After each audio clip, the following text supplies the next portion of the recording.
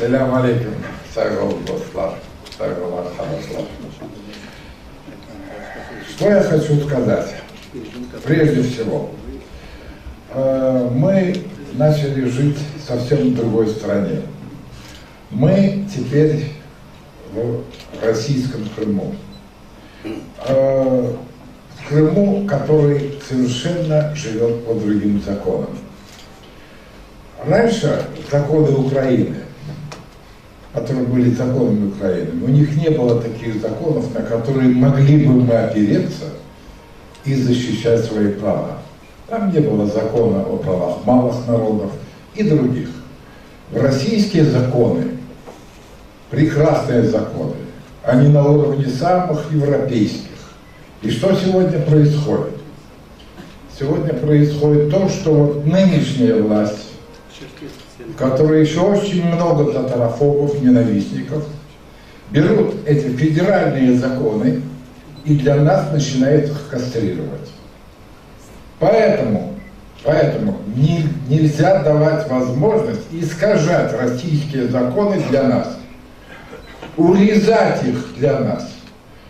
Вот сейчас есть очень хорошая инициатива, не знаю, она получится или нет, наши татарские юристы хотят объединиться и пытаются участвовать в этой законотворческой деятельности, а их не пускают. Поэтому первоочередная задача этой организации – помочь юристам объединиться. И ни один закон, который касается депортированных крымских татар, ни один закон без обсуждения народного не должен проходить. Вот это в первую очередь мы должны добиться. Это первоочередная задача. Вторая задача. Вчера я ковырялся в своих архивах, и что я нашел? В 90-е годы Россия давала огромнейшие деньги на обустройство крымских татар. Первый транш – 30 миллионов рублей. Я вам напомню, тогда доллар стоил 95 копеек. Это больше 30 миллионов долларов. Что делает нынешняя власть? Ну и тогда они здесь кайфовали, я извиняюсь. Нынешняя власть эти деньги говорит: Рескомнадзор, что вы с ними думаете делать? Рескомнадзор говорит: вы знаете, сейчас столько денег идет, мы сами не справимся. Давайте отдадим его фонду Крым. И вот эти 30 миллионов перетекают в фонд Крым и исчезают. Приходит 300 тысяч опять в фонд Крым и исчезают. Через некоторое время Россия снова дает деньги, но теперь уже перечисляет в российский банк. Российский банк, Мытыщинский банк. У меня есть справка. И по первому, то, что я вам рассказал, когда, кому, какого числа, сколько денег дали.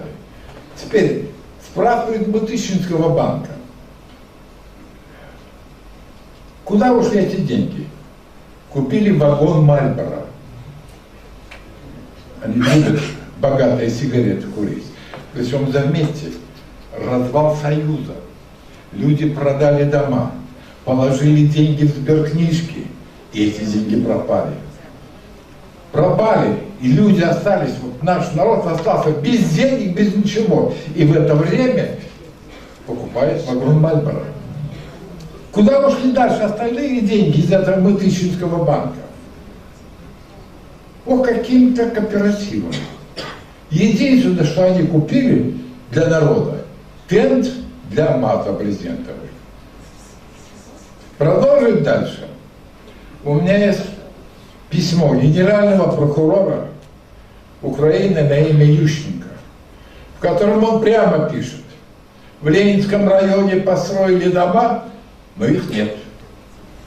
Разворовали банк Имдат. И в этом вина Мустафы. И точно определяет сумму Мустафы Джемилева. Что делает власть? Закрывает глаза. Так вот, чтобы этого не было, я считаю, а сейчас пойдут большие деньги из России нужно организовать очень жесткий контроль. Если есть среди вас бухгалтера, финансисты, объединитесь. И организация должна добиться, чтобы каждая копейка шла на народ, а не на всяких негодяев.